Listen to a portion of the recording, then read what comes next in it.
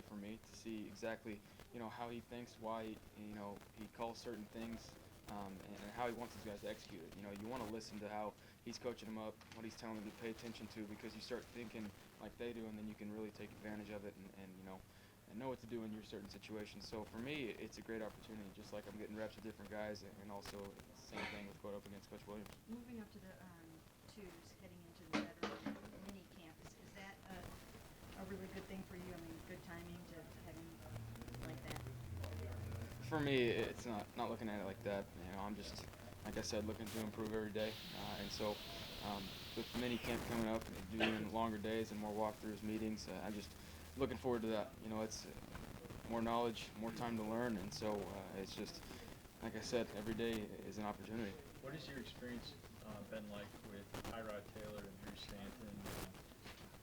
Not only in the meeting room and the locker room, but getting a handful of practices out here. They're great guys. Great guys to learn from. Ty's a little bit quiet, but the things he says, they mean a lot. How he leads by example, and then just what he says in the meeting rooms. Like I said, it's not a lot, but when he goes through certain things, he knows exactly what he's doing. And then also, you have Drew. It's been doing it for a while, and he's more of, I can sit back there and ask him questions, bounce things off of him, because Ty's in there playing a lot more. And so it's a great group of guys. They keep it light, but we also keep it competitive. We're trying to get better every day, and they're helping me out tremendously. Can you tell us from when you're throwing, are the windows tighter now that you're looking at in the NFL? Oh, absolutely. The guys, they know the game better. They know certain route combinations come with, they know if something happens here, if one goes inside, they drop back into a certain zone. So there's certain things that just come with that. That's what happens when you play against smart guys like the linebackers we have here. So, the windows they close quicker, which is why you have to know the offense to know exactly what they're doing so you can get the ball out. So would you say what you just said, your interaction with Stanton is a little more, because it's kind of what your brother for, I guess, to impart his wisdom while Tyrod goes about it, trying to win. Yeah, right? I mean, it's working, in other words. absolutely using that in every opportunity that I can, because he's a guy that's been under different coaches, and he knows certain concepts, and he just has so much experience with, watching other guys and also playing. So there's little tips of advice that he gives me that can go a long way.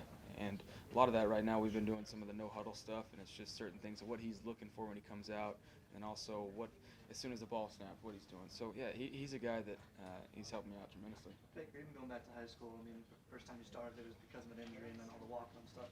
How are you drawing off of those previous experiences to help you get through this? For me, it's always been about being ready for my opportunity. It's not about the cards I'm dealt, it's what I do with them. So I have to be ready for whenever that opportunity comes, if that's this year, next year, and 5 years. I have to be ready as soon as that comes, and right now that's, like I said, getting better every day. That's all I can do, and try and improve for this team and push everybody else to get better. Now that you are having an opportunity to throw to a number of different guys, what's it like to have a chance to throw to like a Jarvis Landry, for instance? It's pretty impressive. I mean, those guys are Pro Bowlers and great players for a reason. Unbelievable leaders, and just the way they carry themselves. So it's fun to be around. It's fun to watch, and then also, you add in, you get to throw to them. That makes it fun. How about like a Josh Gordon? I mean, do you look out? Are you like? It's almost like an embarrassment of riches at times. Physically talented. I've never seen anybody like him. It's bar none. He's definitely gifted. When you talked about the practice speeding up from rookie minicamp to now, and it'll keep getting faster. What's the one area that it shows up the most? Is it the pass rush, or the fact that the corners can run it through receivers? And where do you notice it? Pass rush a little bit. I mean, you get your guys going a little bit harder because they all know their assignments. When you know your assignment, you play a lot faster. And so with that, that's why the windows are closing down a little bit quicker. The guys know what they're supposed to do and where they're supposed to be. So just all around, when you get guys that know what they're doing, they play faster. Baker, saw some A couple more.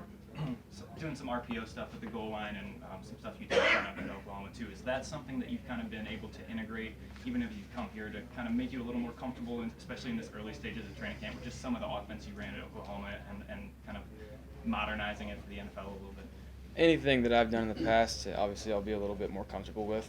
That's why, the biggest steps for me I had to make was under center. So, and like you said, the RPO stuff, anything down by the goal line where it's, you read the defense, you make them wrong by numbers. Yeah, that's stuff I've done for a while. And yeah, I'm a little bit more comfortable with it, but at the same time, I can't treat it like I just have it figured out. I got to get better at that too, because it's different at this level. How do you feel about where you're at compared to any expectations you may have had at this point? I set my own expectation. I don't listen to anybody else's. That's how I always have been. And so for me, the pace has been a little bit slower than I really wanted, but I've made some strides within the past week of practice that I'm proud of, and that's all I continue to do is keep striving to make a couple more. The What do you first mean when day you say it's been slower? Has it been tougher than you expected, or just? I mean, there's always learning curve. There's always, bumps in the road. It's not going to be perfect, that's for sure, when you're learning a new offense and going up against the best competition possible. So, yeah, there's been learning curve. The first day, we're not out here every day for OTAs, obviously, but the first day that we were out here, you had a little bit of a rougher day. I think it was, a couple drop interceptions, a couple picks, some went off receivers' hands. Was that just a typical day of work, or were you mad at yourself after that particular day, or do you turn any, did you do anything different after that particular day? I don't think I'd be here if that was a typical day of work, just to be quite honest with you. So I held myself to a higher standard. That was definitely one of the worst days I've had. I've had a couple more bad ones, but like I said, it's not going to be perfect. That's why we're here practicing. That's why it's only the beginning of June. So I got some time to learn and keep growing.